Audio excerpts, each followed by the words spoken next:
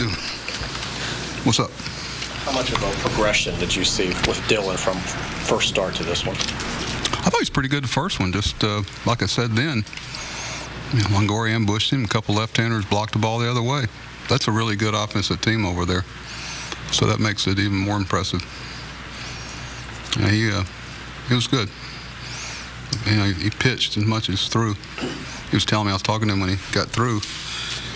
He was talking about watching Chris pitch, which is another benefit of having a guy like Chris. Trying to save some bullets here and there.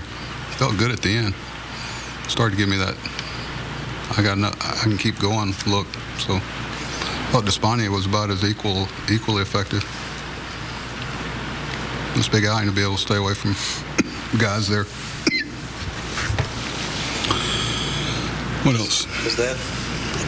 He threw 87 pitches. But do you think that might be the cap for a while? I mean, that's a. I told you I'm not going this with any. Show me. It's he was 70 last time. We're going to take him around 85 if Cleveland didn't solve him within those pitches, and we did, and we'll see what the next outing brings. I've done a lot of work on this, and a lot of people have, over the last 10, 12 years, and we'll see. Well, it probably didn't change the way Dylan pitched, but do you think Trumbo's 3-run homer was somewhat of at least a comfort? Yeah, I think normally it is. Dylan's I tell you, when you've been through the things he's been through, and I've said this before, there's not a whole lot is going to, he was really wanting to pitch effectively tonight, and pitch being a key word, and I don't think, he knew it was going to be a challenge with Cleveland, and he knew it was going to be like it will be tomorrow night, the next night, and for anybody that faces them. But I think in this case, no. I think he was so locked into what his job description was tonight that I don't think it would have mattered. I think he was carrying, I think first pitch of the game was a changeup, and kind of set the tone that he had a feel for that and a lot of different pitches, and Caleb obviously did a nice job with him. Buck, that was the first time in almost a month you guys had a 5-run lead. You've been playing a lot of close games. Mm-hmm. What is that? I mean, coming home, comfort. It means a lot. I mean, to come home to the type of crowd we had tonight with that enthusiasm and that amount of orange in the stands, it means a lot. I was even thinking about it before the game because, you come from 4 days in New York, and I know I've heard a lot of the guys say, pulling in the train station last night, and, this is no knock on anywhere we've been. It's just you appreciate coming home to Baltimore and the environment that you need to feel like you're going home to when you've been on the road to some of these places that we have to go. Going to Fenway Park and Toronto and Yankee Stadium and Tampa's a challenge for a lot of reasons. To have that comfort of, going to a place that you're comfortable in, and that people are going to be on your side. It means a lot to us. I think I remember just riding the bus last night back to the ballpark, just I don't know how to phrase it, but it was good to be home. Do guys get a sense of, I know that, there's the football thing, defend this house kind of thing. Do guys get a sense that, you've got the best home record by far in the major leagues, that the guys get a sense that you're not going to beat us here? You're not going to... Not necessarily. No, we're playing teams got the best record in the American League tonight. And I hope we don't see why, but chances are we will in the next couple of days. And I don't think it's that. It's just, it's a place that, our guys like to live. They like to play here, and people around baseball know that. And there's a certain consistency that, players, human beings feed off of things that are going to be there consistently. And, our fans and our venue has been one of the most consistent places in all of baseball through the years. On another subject, the decision to put Joey on the DL, is that based on what you guys saw on the MRI, is it a 15-day injury or? No, it's more than that. I don't know what to tell you. I'll tell you exactly what it is. It's 4 to 6 weeks. That's what they're telling us, and hopefully he'll be unfortunately, because of the way you have to splint it and everything, it doesn't require surgery, but because of, you got to be very careful. I know I try to be about saying, this guy had this injury and it took this long, because each one of these things are different, because you put it in the splint, you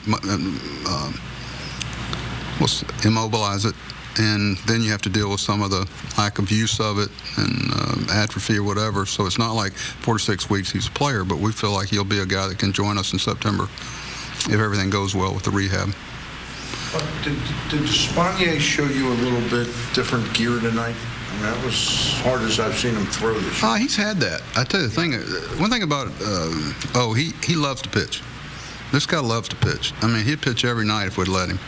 He likes going out there and pitching. And he'd had 2 days off, and he kept waiting for a spot. I thought I was going to have to get him the inning before with Kipnis on deck, but he just kept finding a way. And Cutter was good for him tonight. I think very quietly, J.J. Hardy has had some big hits and been in the middle of a lot of things for us. I know it gets pushed under. I mean, he's hitting over 270 now. Very quietly, he's really been in the middle of a lot of things for us here lately.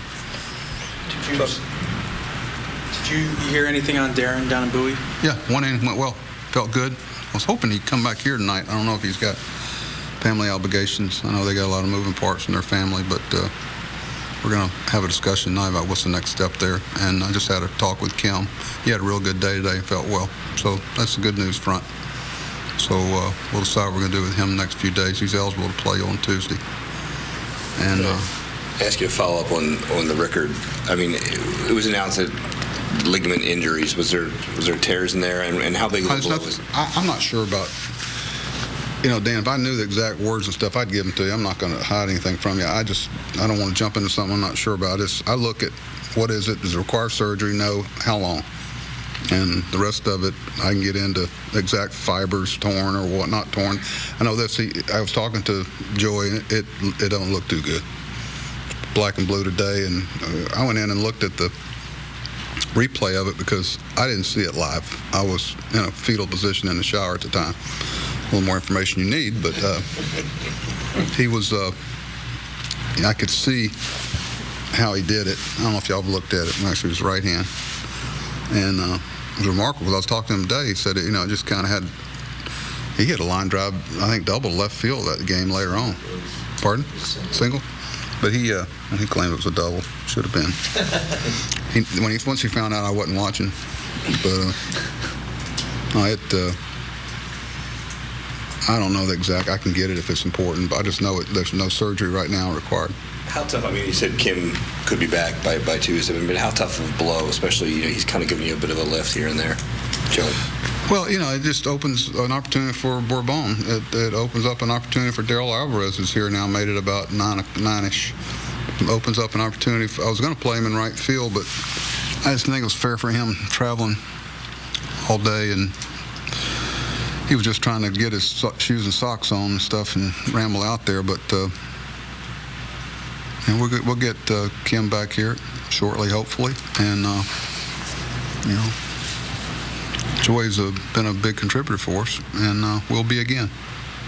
Come at a time of need. It'll be a nice September edition. Jonesy, every time more I'm around him, they talk about Donnie baseball. Adam's about competing in baseball. Watching him go out tonight after taking a few swings in the cage, coming in. He's one of those guys that comes in my office after he's tested something to let me know whether he can play or not. And I appreciate that. Most of the veteran guys do that. Caleb delivered some things in a time of need with Matt out. See how Matt is the next day or two. But Matt could catch an emergency if we had to.